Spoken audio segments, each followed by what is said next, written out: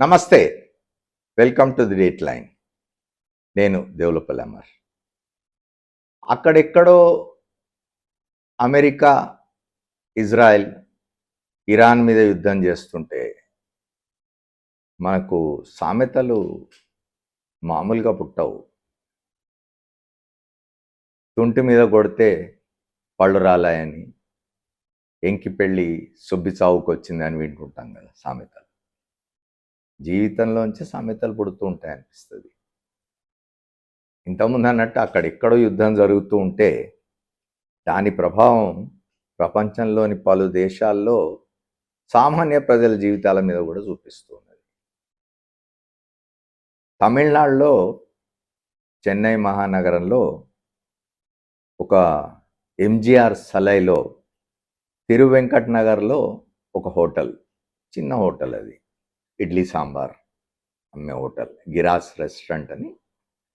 అందులో బ్రేక్ఫాస్ట్ చేయడానికి పోయే వాళ్ళకు అనుభవం జరిగింది. వాళ్ళు ఓ ప్లేట్ ఇడ్లీ, ఓ ప్లేట్ మేదు కూడా తెప్పించుకున్న కస్టమర్కు హోటల్ వాడు ఇచ్చిన బిల్లు ఇప్పుడు సోషల్ మీడియాలో చక్కర్లు కొడుతున్నది.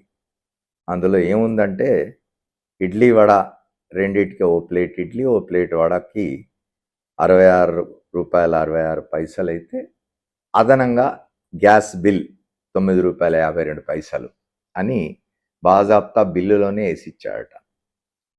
అక్కడ ఆ యుద్ధం జరుగుతున్న చోట ఆ యుద్ధానికి ప్రతీకారంగా, తమ మీద జరిగిన దాడులకు ప్రతీకారంగా ఇరాన్ చేస్తున్న వ్యవహారాలు, హమస్ జలసంధికి సీ మైన్స్ పెట్టి నౌకా రవాణాను పూర్తిగా ఆపేసిన కారణంగా ఏర్పడుతున్న పరిణామాలు, వీటన్నిటి కారణంగా ఎప్పుడో అప్పుడు చమురు కొరత వస్తుంది అని అనుకుంటున్నాం. కానీ అది ఇంకా చమురు కొరత అనేది ఇంకా మొదలు కాకముందే దేశం అంతటా ఇట్లాంటి వ్యవహారాలు జరుగుతున్నాయి.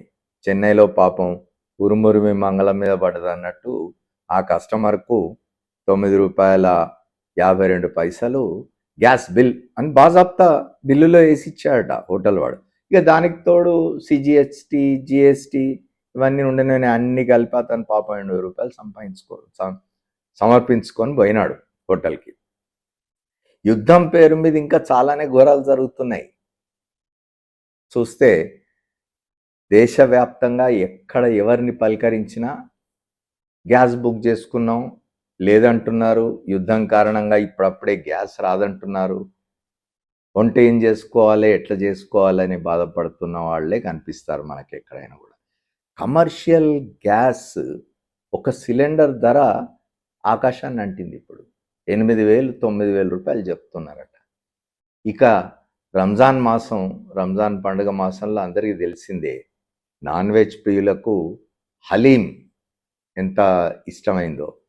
హోటళ్ళు, రెస్టారెంట్లు, క్లబ్బులు అన్నీ కూడా గ్యాస్ కొరత కారణంగా అంటే యుద్ధాన్ని నెపంగా చూపి గ్యాస్ కొరత కారణంగా హలీం లేదు, హండీ బిర్యానీలు లేవు, గెస్టులు రావడానికి వీల్లేదు క్లబ్లకు అని చెప్తున్నారట. ఇదంతా కలిసి ఎప్పుడు ఈ పరిస్థితి మారుతుందో, ఇంకా ఈ యుద్ధం ఎన్ని రోజులు జరుగుతుందో, ఆ ట్రంప్ ఏం చేస్తున్నాడో, ఇంకా ఎన్ని రోజులు ఇట్లా కొనసాగిస్తాడో అని బాధపడుతున్నారు ప్రజలు.